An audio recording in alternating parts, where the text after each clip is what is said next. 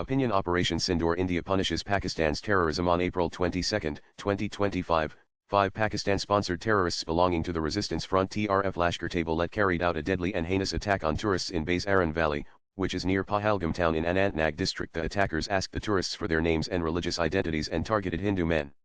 After separating them from others, they were brutally killed.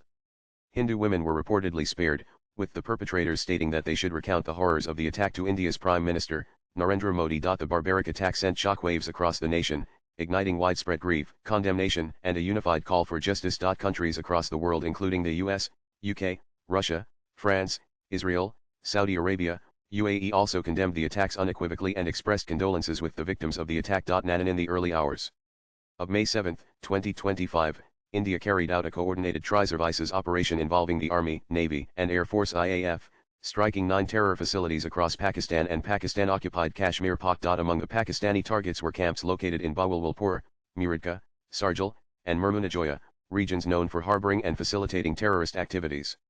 These locations have long been identified as operational hubs for groups such as Lashkar-e-Taiba, Jaish-e-Mohammed Jem, and Hizbul Mujahideen, which have been linked to cross-border terrorism and attacks in India. Bahawalpur has historically served as a stronghold for Jem, with reports suggesting that the group's leadership and recruitment efforts have been based there.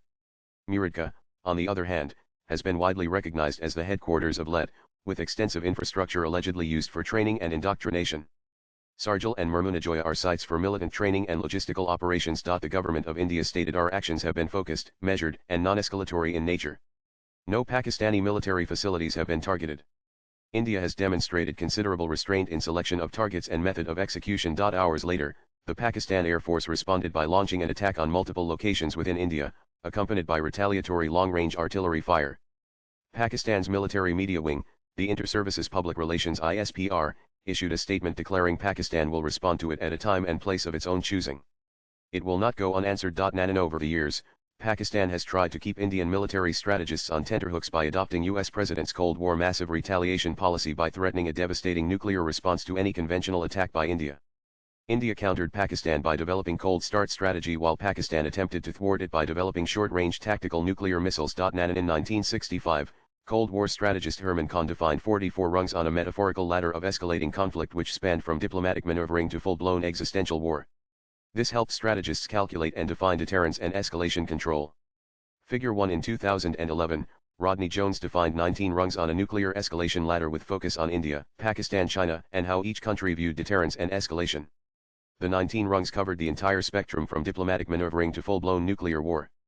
Figure 2. The current India-Pakistan crisis can be placed at number 6 on Indian escalation ladder and number 5 on Pakistan's escalation ladder as both countries have moved from diplomatic maneuvering Pahalgam attack suspension of Indus Water Treaty PM Modi's declaration to avenge Pahalgam attack to military exercises to actual strikes on several Indian cities, including Indian Kashmir and several Pakistani cities including Pakistan-occupied Kashmir. I spoke with several military experts on the ongoing conflict and their views on the fast-changing. I asked Major General Birender Dano what is the relevance of the escalation matrix in the context of the ongoing India-Pakistan military exchanges. He stated the escalation matrix is not an even-runged ladder and it is not easy to step back after taking a step forward. It is easy to fall between the rungs leaving both sides in a dangerous pitfall. I asked General VP Malik R., who was the army chief during the 1999 Kargil War, on the night of 78 May 2025, Pakistan targeted 15 locations in India with drones and missiles. The Indian Armed Forces retaliated and targeted number of locations in Pakistan including a stadium near Pakistan Army GHQ in Rawalpindi and also destroyed an air defense system in Lahore. What message will Indian retaliation on military targets in Pakistan send to the Pakistan Army government? General Malik stated India did not wish to escalate after the strike on terrorist camps.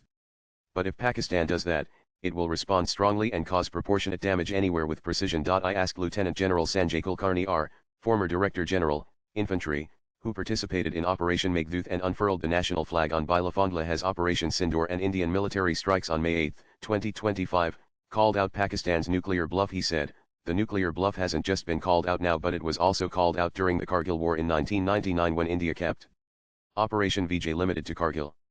Nuclear weapons are not weapons of war, they are weapons of deterrence. If Pakistan wants to deviate from this, then Pakistan's destruction is sure. They will be wiped out from the face of the earth and there will be no nukes which they flaunt as Islamic weapons. Pakistan is a rogue state and they can't escape nuclear fallout. India's stated nuclear doctrine is of no first use but also mentions credible minimum deterrence, which means the ability to absorb the first strike and retaliate with might in second strike. I asked Air Marshal Anil Chopra, former Director General of the Center for Air Power Studies, what message has the India Air Force sent to Pakistan by its actions as part of Operation Sindoor on 7th May 2025? He stated, before the operation, Pakistan was being bled dry through diplomatic and other non-kinetic tactics like the suspension of the Indus Water Treaty. After the operation, the IAF stands tall and is fully prepared to repeat what it did in past wars and much more. Nanan on the night of May 78, 2025, Pakistan launched strikes on multiple military targets across northern and western India using drones and missiles. The operation targeted Awantapura, Srinagar, Jammu, Pathankot, Amritsar, Kapurthala, Jalandhar, Ludhiana, Adampur, Bathinda, Chandigarh, Nal, Phalodi, Atarli, and Bajaj. The attack represented a significant escalation, targeting strategic defense installations. Indian forces responded swiftly to mitigate the impact, deploying air and missile defense systems to intercept incoming threats and executed countermeasures were effectively to neutralize hostile incursions. In the morning, the Indian Armed Forces launched a targeted strike against air defense radars and systems at multiple locations across Pakistan. Among the key targets, one radar system in Lahore was neutralized, significantly impacting Pakistan's air defense capabilities. Indian officials stated that the action was measured and precise, reinforcing their commitment to targeting only military installations involved in defensive and offensive operations. And as the two nations go up the dangerous escalatory ladder, the impact on populations of both sides is grim. Panic and chaos have certainly gripped the border areas where people have lost lives, homes, and livelihoods. But the misinformation and propaganda machinery has so overtaken the airwaves that it's hard to believe even regular news media. What we are seeing is the fog of war. However, as both sides take a breather, the Americans have indicated that they will not restrain India from achieving its objectives. U.S. Vice President J.D. Vance has clarified that the U.S. is not going to get involved in a war that is fundamentally none of our business. Swipe left for next video. The coming day or two will be critical as India prepares to retaliate with possibly more force if Pakistan ups the ante. Krishnakant Sharma is a New Delhi-based technology professional with experience in IT, telecom digital transformation domains. He has worked with the government as well as the private sector. His interests include politics, military, technology, geostrategy and gender rights. Views expressed in the above piece are personal and solely those of the author. They do not necessarily reflect News 18's views. Latest blogs.